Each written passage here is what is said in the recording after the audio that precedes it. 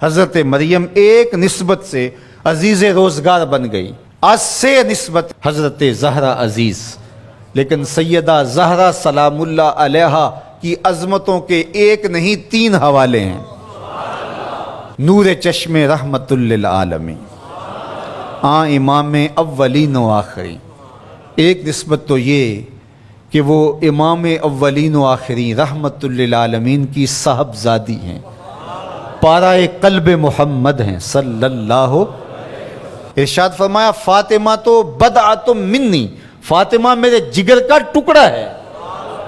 اور جب سیدہ فاطمہ سلام اللہ علیہا حضور کو ملنے آتی تو آقا کریم اٹھ کے استقبال کرتے، فاجلسہا فی مجلسہ، اور اپنی مسند پہ بٹھاتے، مرحبا کہہ کے استقبال کرتے اور اپنی بیٹی کی پیشانی پر بوسہ دیتے۔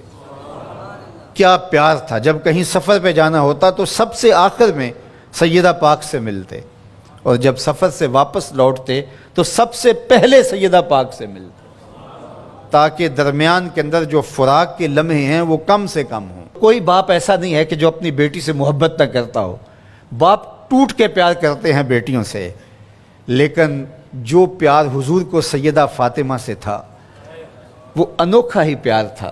اور دوسرا شرف بانوئے تاجدار حل آتا، مرتضی مشکل کشا شیر خدا۔ سیدہ فاطمہ تو زہرا رضی اللہ تعالیٰ عنہ کا اعزاز، عزت، عظمت اور شرف یہ ہے کہ یہ مولا کائنات سیدنا علی المرتضیٰ رضی اللہ تعالیٰ عنہ کی زوجہ محترمہ ہیں۔ مادر مرکز پرکار عشق، مادر قافلہ سالار عشق۔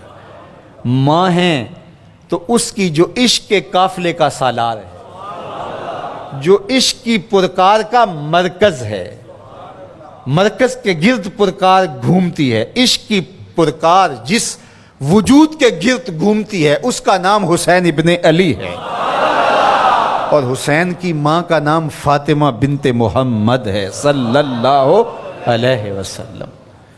ذرا نسبتیں دیکھیے، سیدہ فاطمہ تو زہرا کا بابا نبیوں کا امام، سیدہ فاطمہ تو زہرا کا شوہر ولیوں کا امام، سیدہ فاطمہ تو زہرا کے بیٹے جنت کے جوانوں کے سردار، اور سیدہ فاطمہ تو زہرا سلام اللہ علیہا کی اپنی عظمت سنیے۔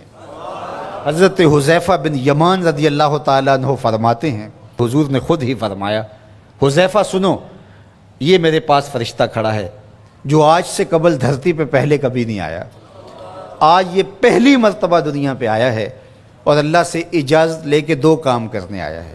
ایک تو مجھے سلام کرنے آیا ہے، اور دوسرا مجھے خوشخبری دینے آیا ہے کہ آپ کی بیٹی فاطمہ جنتی عورتوں کی سردار، اور آپ کے بیٹے حسن حسین جنتی جوانوں کے سردار۔ یار یہ شرف تو دیکھو، کائنات کی کسی عورت کو نصیب ہوا، باپ نبیوں کا امام، شوہر ولیوں کا امام، اور بیٹے جنتی جوانوں کے امام، اور خود جنتی خواتین کی سردار۔ نبی کے گھر کی ہے عظمت، نبی سے سنتے ہیں، علی کے گھر کی ہے عزت، علی سے سنتے ہیں۔